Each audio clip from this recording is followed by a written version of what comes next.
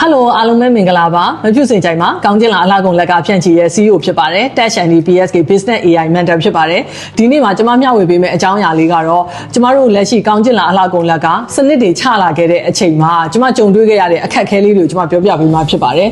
ကျမတို့လုပ်ငန်းရှင်တွေကစုပ်ကင်ထားတဲ့အရာတွေရှိတယ်လုပ်ငန်းတစ်ခုကိုငါတို့ဒီတိုင်းသွားနေကောင်းနေတာပဲပြောင်းလဲလုပ်လိုက်တယ်ဆိုလို့ရှိရင်ငါတို့လုပ်ငန်းတစ်ခုခုဖြစ်တော့မလားကိုယ်တိုင်ရှေးရိုးဆွဲလုပ်နေတဲ့အရာတွေကိုမျိုးပလာလုပ်ငန်းကနေစနစ်ချတဲ့အချိန်မှာကိုကဒီအရာတွေကိုလွှတ်ချဖို့အတွက်ကကျမတို့တို့အခက်အခဲဆုံးပဲပုံမှန်နေ့တူပါလုပ်နေတဲ့အရာတွေနေ့တူပါလုပ်နေတဲ့အရာတွေကိုကျမတို့ကစနစ်တစ်ခုနဲ့ကျမတို့ကသွားမယ်ဒီလိုပုံစံမျိုးဖြစ်တဲ့အတွက်ကျမတို့အဲ့အချိန်မှာကျမလွတ်ချခဲ့ရတဲ့အရာတွေကအများစွာရှိတယ်အခက်အခဲများစွာရှိတယ်ပထမဦးဆုံးကျမစိတ်ကိုဘယ်လိုစပြီးတော့ပြင်ဆင်လိုက်လဲဆိုတော့ကျမမှာ9နှစ် plan ရှိတယ်10နှစ် plan ရှိတယ်ဒါတွေကိုကျမသွားကျင်တဲ့အချိန်မှာကျမတောင်းဝန်ယူရတော့ဒီမှာလုပ်ငန်းကလည်းပဲနေတဲ့အရာတွေရှိတယ်ကျမရဲ့ဖောက်တယ်တွေရှိတယ်ကျမရဲ့ဝန်ထမ်းတွေရှိတယ်ဒါတွေအတွက်ကိုကျမစနစ်တစ်ခုကိုပြောင်းလဲလိုက်တဲ့အချိန်မှာဒါတွေအားလုံးတက်ကောင်းမှုနဲ့နေရာကိုသွားမှာဖြစ်တဲ့အတွက်ဒီပြုရင်ပြောင်းလဲမှုကိုကျမကစပြီးတော့တောင်းဝန်ယူပြီးပြုပြင်ပြောင်းလဲတယ်တောင်းဝန်ခံတယ်ငါရှုံမြက်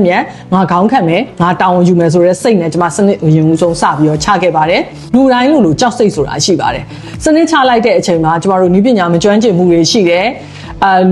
လူအခက်အခဲတွေရှိတယ်ကျမတို့ပြောလိုက်တဲ့အရာတွေဆိုလို့ရှိရင်လက်မခံတဲ့အရာတွေရှိတယ်တသားရဲမကြတာတွေရှိတယ်အများကြီးရှိတယ်ဒီကြောက်စိတ်တွေကိုဖယ်ရှားဖို့အတွက်ကျမအများကြီးလေ့လာခဲ့ရတယ်တန်သက်ကြတယ်ကြာရှုံးမှုတွေဆိုတာလည်းများစွာထက်ခါပဲအဲ့ထဲကမှကျမအကောင်းဆုံးစနစ်တွေကိုဆွဲထုတ်ကြတယ်ပေါ့နော်ဒီကြောက်စိတ်ကိုကျမဖယ်ရှားရတယ်နောက်တစ်ဆင့်အနေနဲ့ကကျမတို့လုပ်ငန်းတွေစနစ်ကလေးတွေဖြည်းဖြည်းလေးအကောင့်ထဲပေါ်လာတဲ့အချိန်မှာကျမဘာလေးကိုထည့်သုံးလာလဲဆိုတော့ automation နည်းပညာကိုသုံးလိုက်အလိုလျောက်လေပတ်တဲ့စနစ်တွေကိုကျွန်မထည့်ပြီးတော့သုံးလာခဲ့နောက်တစ်ခုကကြာတော့ကျွန်တော်တို့လုပ်ငန်းရှင်တွေရဲ့ခေါင်းထဲမှာဆိုလို့ရှိရင်အမြဲတမ်းကိုယ်လုပ်ငန်းနဲ့ပတ်သက်ပြီးတော့ idea ခေါင်းဆိုတာအမြဲတမ်းထွက်တယ်ရေချိုးနေတဲ့အချိန်မှာလည်းထွက်တာတယ်ထမင်းစားနေတဲ့အချိန်မှာလည်းထွက်တာပဲဘာကြောင့်လဲဆိုတော့လုပ်ငန်းရှင်တယောက်ကကိုယ့်ရဲ့လုပ်ငန်းထဲမှာတသွေးတဲ့တသားတွေအမြဲတမ်းစီးဆင်းနေတဲ့သူ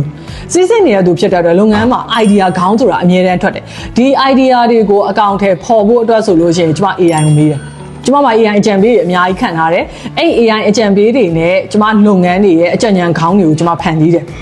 အကောင့်ထဲပေါ်တယ်လက်တွေ့လှုပ်ဆောင်တယ်ဒါတွေနဲ့ကျမလုပ်ငန်းကပြုပြင်ပြောင်းလဲမှုတွေတော်တော်များများဖြစ်လာခဲ့တယ်ပေါ့နော်နောက်တစ်ချက်အနေနဲ့ကတော့အမှားမခံဘဲနဲ့ကျမသင်ယူစရာရှိတဲ့အရာတွေဆိုလို့ရှိရင်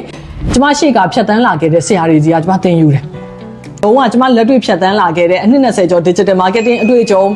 ပြီးတော့ကျမအခုလက်ရှိကောင်းကျင်လာအလှကုန်လက်က9နှစ်ကျော်ကျမစက်တက်ချခဲ့တဲ့အတွေ့အကြုံဒီအတွေ့အကြုံတွေနဲ့ကျမကအားစဉ်လအတိုင်းမှာဒီသင်တန်းနှစ်ခုကိုကျမအမြဲတမ်းဖွင့်လှစ်ပေးတယ်အခမဲ့ sharing တွေကိုလည်းအခုဒီလနဲ့ဆို9ကြိမ်ရှိပြီကျမလစဉ်လတိုင်းအမြဲတမ်း